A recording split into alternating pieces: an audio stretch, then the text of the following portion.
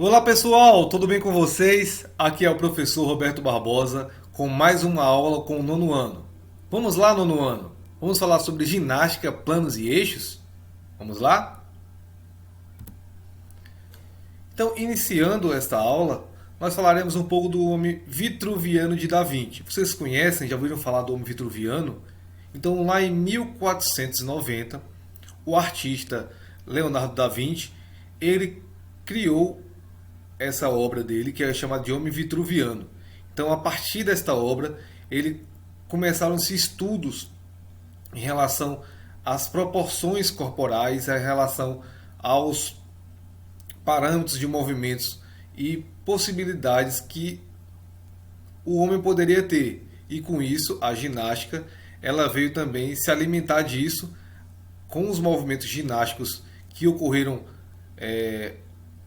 séculos depois, mas também com todo o aparato da ciência investigando como esse homem se movimentava. E assim surgiram vários assuntos em relação à anatomia, em relação à estética corporal, que Da Vinci deu pontapé inicial e outras discussões e conhecimentos foram produzidos. Com isso, vieram os conhecimentos dos planos e eixos. Vocês conhecem os planos e eixos? Então, os planos são estruturas imaginárias que cortam o corpo nosso, no caso o corpo do indivíduo, para fazer diversas funções e estabelecimentos em relação aos exercícios, em relação à anatomia, em relação à estruturação corporal. Aí ela divide, por exemplo, o corpo em parte superior, inferior, parte esquerda, direita, trás, frente, que é essa questão dos planos que são imaginários, ou seja, eles não existem, mas nós imaginamos que eles existem além do corpo, seja mais centralizado ou indo para os lados do corpo.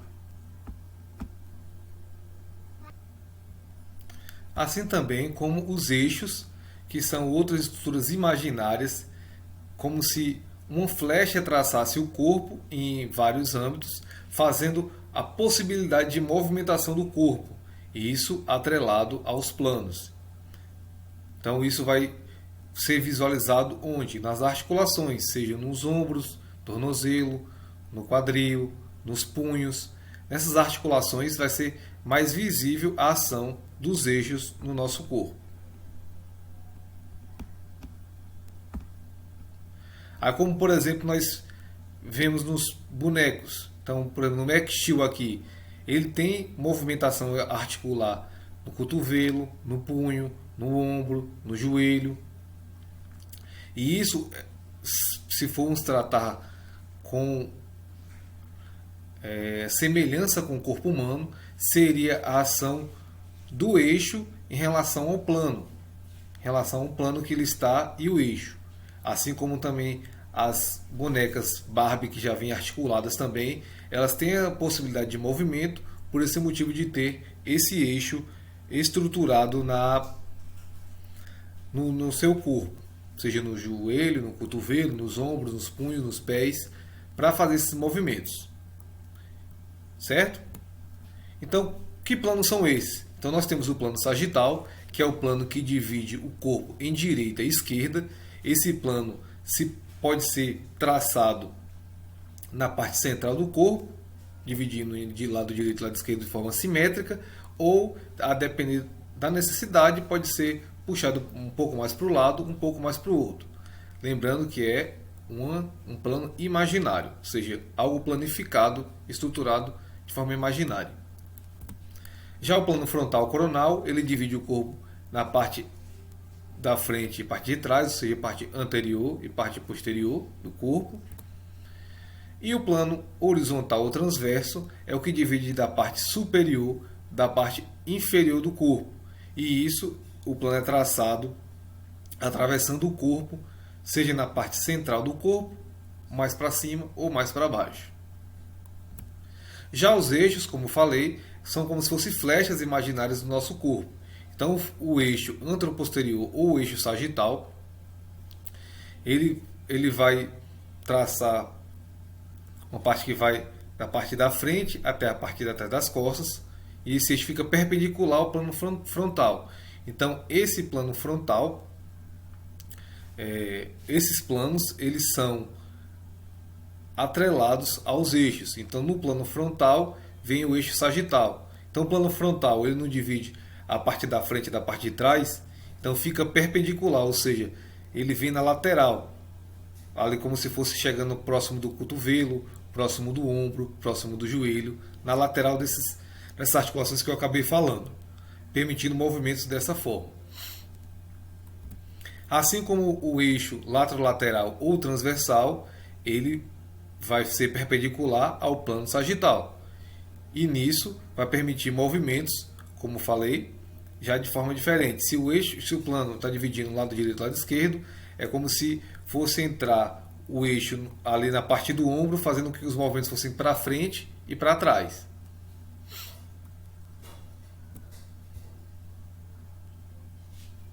E o eixo longitudinal, que é uma parte que está centrada na parte de superior a inferior do corpo, como se fosse fazer uma rotação ali dessa parte, está atrelado ao plano perpendicular ao plano horizontal e faz os movimentos internos ou externos, seja de rotação interna ou rotação externa, certo? Então, como é que são feitos esses movimentos e para que servem eles? Então, para que servem esses movimentos, esses planos e eixos atrelados ao movimento humano? Então, em relação aos conhecimentos anatômicos, em relação à medicina, à fisioterapia, à educação física mesmo, é o conhecimento de onde estão cada órgão, cada parte do órgão, seja uma lesão, seja um entendimento da função daquele órgão. Então, está mais para a parte superior, para a parte inferior, aquela lesão foi mais lateralizada, foi mais interna. Então, esses conhecimentos anatômicos em relação a isso. Em relação aos grupos musculares, esse músculo ele está mais lateralizado, esse músculo está mais superior, então vai ser feita uma ação mais no músculo maior, no músculo menor. Então, esses estudos foram estruturados para que pudessem ter mais conhecimento em relação a esses âmbitos, seja do movimento ou seja da anatomia. E com relação à efetividade dos movimentos, nós podemos visualizar através dos exercícios resistidos, por exemplo, que são feitos no laboratório inicialmente e depois vão para as academias e outros ambientes. Então, com esses planos e eixos, nós podemos observar quais são os grupos musculares que vão ser mais atingidos com determinados movimentos. Então, se é um movimento de abertura dos braços, que grupo muscular vai ser atingido? Se é um movimento de elevação do tronco, qual é o grupo que vai estar sendo requisitado? Se eu fizer esse movimento mais para o lado, vai atingir a mesma musculatura ou vai atingir outra musculatura? Um exemplo claro desse é, por exemplo, o movimento de flexão do cotovelo, que faz a execução do bíceps, como a imagem aí abaixo direita. Então, nesse movimento aí, que ele tem uma diversidade de movimentos a serem feitos, qual deles que vai ter mais efetividade? Vai ser o que consegue ter uma amplitude em relação a esse plano frontal, é o da imagem da esquerda aqui abaixo, que pega desse plano sagital. Então, todos esses parâmetros são desenvolvidos e observam a efetividade destes movimentos. Não somente dos que eu falei, mas com tantos outros. E em relação aos movimentos corporais, aí, por exemplo, na flexão, nós temos a flexão, nesse caso, mais a flexão do ombro. Então, a flexão do ombro, ele eleva esse braço para cima e esse ombro ele contrai. E já na extensão é o contrário do movimento. Então, no quadril aqui, no quadríceps, aqui é o movimento, a pessoa está fazendo um movimento de contração e posteriormente a fazer de extensão. Assim como se fizer a flexão também aqui, o movimento de descida do ombro vai ser de extensão. E quais são esses planos e eixos que estão contidos? Então, o plano é o coronal, ou seja, que divide o corpo da frente para trás. E o eixo é o eixo sagital, ou seja, ele atravessa a parte do ombro ali de forma lateral, permitindo o movimento para frente e para trás. No caso do quadril também na frente e para trás, só que seria inserido na articulação ali do joelho ou do quadril. Já outros movimentos como adução e abdução. Adução, o movimento de trazer o músculo mais próximo ao corpo, da parte lateral à parte central, e a abdução de abertura dessa musculatura em relação a esse plano. Então aqui na abdução, na adução do quadril, nós trabalhamos o plano sagital, e o eixo é o eixo transversal, ou seja, o plano sagital que divide direita e esquerda, faz a inserção do eixo imaginário, e a movimentação sempre vai ser para os lados, assim como também a adução e a abdução do ombro, porque uma acaba sendo complemento da outra.